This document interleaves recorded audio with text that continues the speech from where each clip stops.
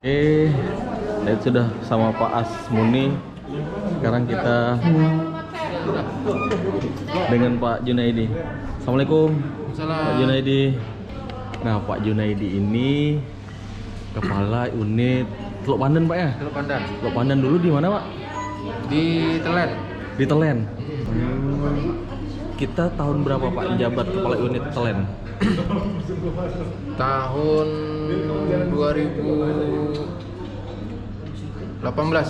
2018 kita dipercaya untuk jabat kepala unit Telen. Iya. Sebelum jadi kepala unit kita di mana, Pak? Sebelum di Telen ya kepala unit Kombeng. Oh, Kombeng. Oh, berarti kita ini udah ketiga kalinya dengan Teluk Pandan nih. Iya, udah 4 kali malah. 4 kali. Sebelumnya di mana pertama? Awal. Oh, awal. Nah, kalau mau cerita awal. Nah, awal kita di mana? Awal itu pelaksana di Morancalong. Oh, Morancalong. Oh. Ya. Terus? Nah, terus pindah sempat di Sandaran. Oh, Sandaran. Siap. Sandaran. Terus karena Sandaran belum beroperasi, ditarik ke Sangatta. Pernah ke Sangatta. Nah, pernah ke Sangatta. Waktu masih di kantornya di Agus Salim di bawah. Nah, sebelum pindah ke Kapuk. Setelah itu baru ke Wahau. Oh, Wahau. Nah, Wahaunya agak lama. Berapa lama sih? Dari 2011, awal 2011 di Wahau. Habis dari Wahau, Kombeng, Telen. Oh, tapi berarti dari Wahau tuh sudah jabat kepala unit? Ya. Oh, berarti awalnya kepala unit di Wahau. Wahau 1, Wahau 2. Wahau 1 berarti dulu ya? Wahau dulu masih belum gabung. Ada. Oh, masih gabung. Nah, Wahau 1, Wahau 2 karena belum ada koordinatornya dulu. Jadi untuk kawan-kawan mungkin yang masih bingung Wahau 1, Wahau 2. Jadi sekarang tuh Wahau tuh ada 2 unit, Pak ya. Wahau 1 dan Wahau 2. Dan dulu tuh Wahau 1. Sekarang tuh ada bantuan lagi untuk Wahau 2. Jadi dibuatkan IPA di Wahau 2, Pak ya, di ibu kotanya. Nah, lanjut, Pak. Tadi dah dari Wahau kepala unit tahun berapa tuh, Pak? Tadi Kalau dari Wahau di Wahau itu dari tahun 2011. Oh, 2011. Dipercaya ke Kombeng. Tahun berapa kita pindah ke Kombeng? Kombeng itu ya sekitar tahun 2000. Perkiraan kita, seingat kita tuh. Kalau nggak salah sempat 3 atau 4 tahun dari Wahau. Baru pindah ke Telen. Baru nih terakhir ke 2000 berapa tadi? 2019 ya? 2020 ini ke Teluk Pandan. Nah, kita ini udah 4 kali pindah dan udah merasakan, kan biasanya Eta udah natap di situ, tahu apa namanya tuh kendala di sini apa, permasalahan apa, tiba-tiba dipindah ke wadah yang baru, adaptasi lagi apa, Pak? Jelas itu adaptasi dulu. Kita karena yang kita tahu masing-masing wilayah itu punya karakter penduduk tersendiri. Antara dari wilayah satu dengan yang lain itu belum tentu sama. Jadi otomatis perlakuan dan juga apa yang harus kita itu juga berbeda. Contohnya kayak di mana, Pak? Kalau di Wahau dulu seperti apa, Pak? Mungkin bisa di kalau di Wahau otomatis secara umum seluruhnya Wahau itu kan masyarakatnya istilahnya perpaduan antar suku, antara itu sudah normal, artinya biasa. Artinya kalau untuk kita sudah sedikit banyak kita mengetahui. Cuma kalau untuk daerah-daerah yang masih mayoritas ya, kayak di Kombeng itu kan mayoritas Dayak. Nah, itu otomatis juga pendekatan juga beda. Bagaimana, Pak, pengalaman Bapak kalau pendekatan dengan warga masyarakat yang bersuku Dayak? Kalau pendekatannya ya lebih agak susah.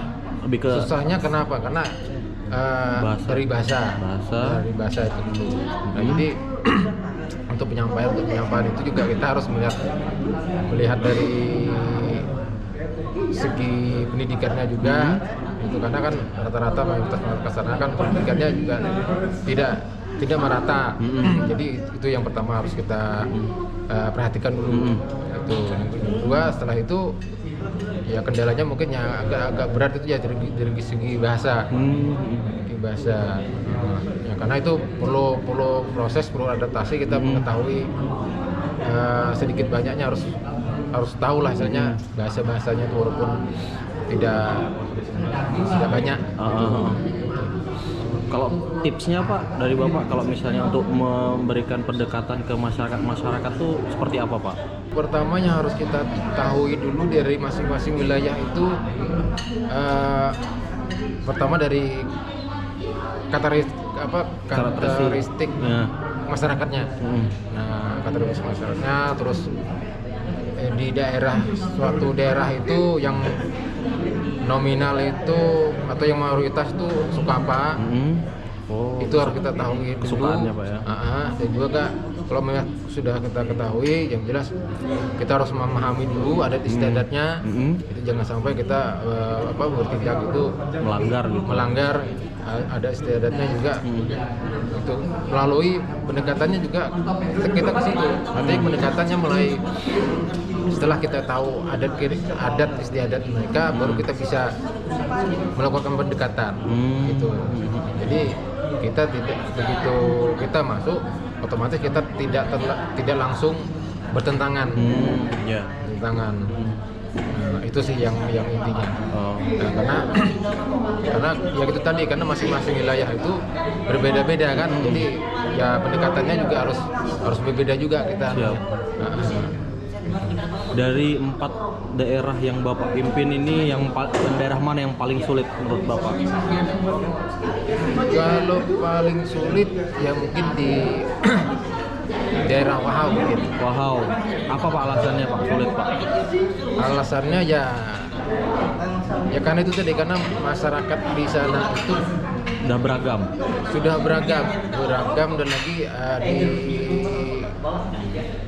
di daerah Wahau itu kan ada masih misalnya suku mayoritasnya kan masih ada, masih terbanyak Dayak atau apa kan. Nah, jadi itu yang agak berat di masyarakat yang dari sana itu yang agak sulit, karena mereka kadang-kadang kalau kita mau menyampaikan suatu program itu agak sulit karena mereka secara tidak langsung sudah terbiasa dengan adat gitu. Begitu kita membawa informasi atau membawa sesuatu yang mungkin baru bagi mereka, ya mereka langsung tiba-tiba menolak gitu ya. Artinya bukan menolak terang-terangan, tapi secara halus menolak. Secara halus menolak. Ya, tapi kita bukan malah itu menjadi kendala, tapi kita lebih menjadikan itu sebagai tantangan. Karena ya memang kita tidak bisa sekaligus, tapi ya pendekatan secara pelan-pelan kita dekati yang intinya itu yang kayak seperti tokoh masyarakat, tokoh adat. Itu yang harus kita dekati lebih dulu.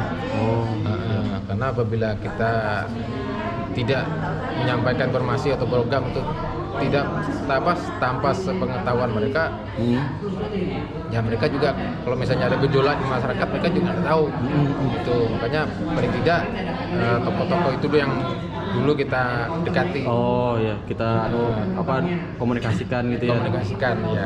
Siap, agar tokoh-tokoh itu yang nanti menyampaikan ke warganya gitu Pak ya. Nah, dari 4 daerah tadi yang Bapak pimpin, daerah mana yang paling Bapak senang?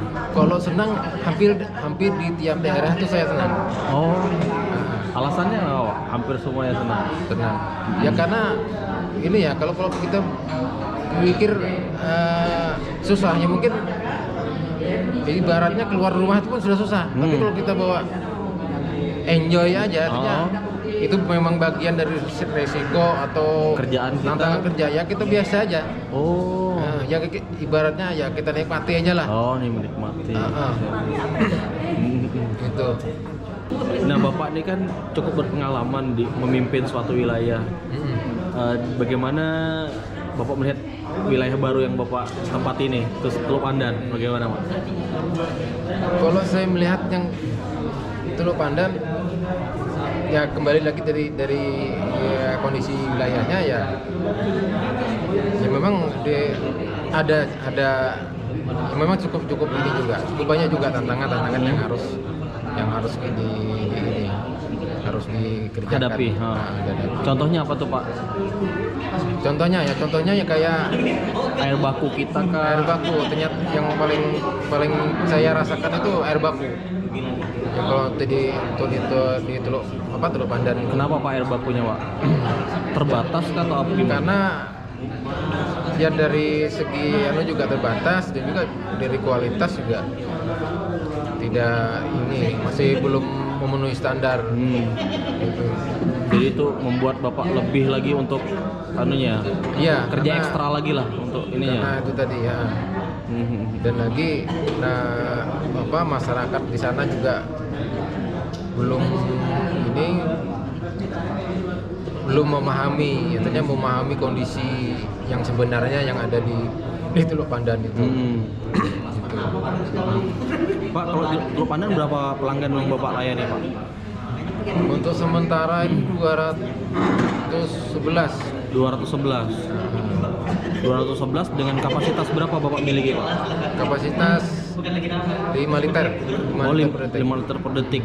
211 Pak ya? Iya. Cukup Pak masih Pak kalau 5 Kalau melihat itu masih cukup. Masih cukup. Tapi kalau memang ada penambahan pelanggan lagi, ya saya rasa karena kita karena terkendala dari air bakunya itu tadi, terbatasnya air baku. Nah, ada strategi apa Pak yang Bapak ingin lakukan untuk mengelola unit Teluk Pandan biar lebih baik di kedepannya nih Pak? Ya kalau sekarang ya mungkin kita berusaha untuk menjaga kualitas air aja. Itu ya dulu intinya. Dan masalahnya di sana itu masyarakat itu ketahuinya PDAM itu air bersih. Nah, apabila mereka melihat itu berwarna sedikit aja sudah komplain. Itu masalahnya. Nah, sekarang mungkin harapan Pak Junaidi untuk PDAM apa nih? Ya harapannya ya semakin bagus saja. Semakin bagus, semakin lebih diterima lagi di masyarakat. Amin. Gitu. Oke Pak, mungkin cukup sekian Pak ya. Iya. Terima kasih Pak Junaidi atas waktunya. Semoga sehat selalu. Iya. Salam dengan keluarga Pak di Wahau Pak. Iya. Ya.